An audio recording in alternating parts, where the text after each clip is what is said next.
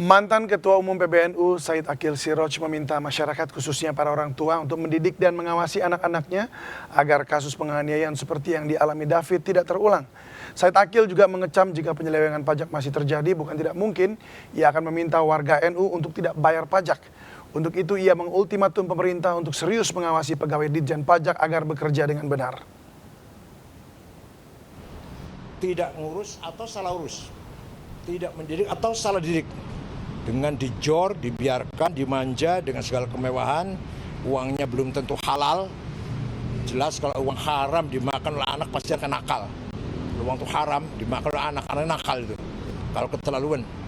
Oleh karena itu, saya ketika jadi ketua PBNU tahun 2012 bulan September, Munas Ulama di Pesantren Kempek Cirebon, waktu itu baru ada kejadian siapa?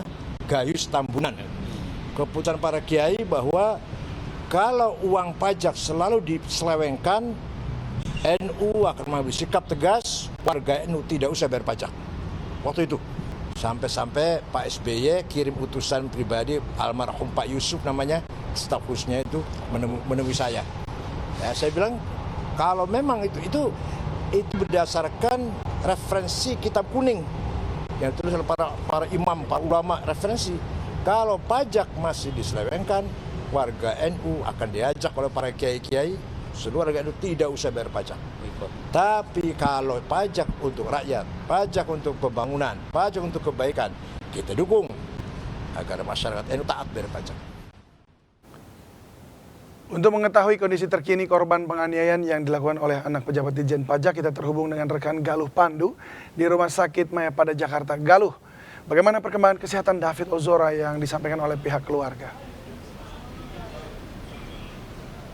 Ya, David dan pemirsa, baru saja memang dilaksanakan rilis resmi dari pihak Rumah Sakit Mayapada Kuningan, Jakarta yang menyampaikan bahwa kondisi David sudah mengalami perbaikan yang sangat signifikan.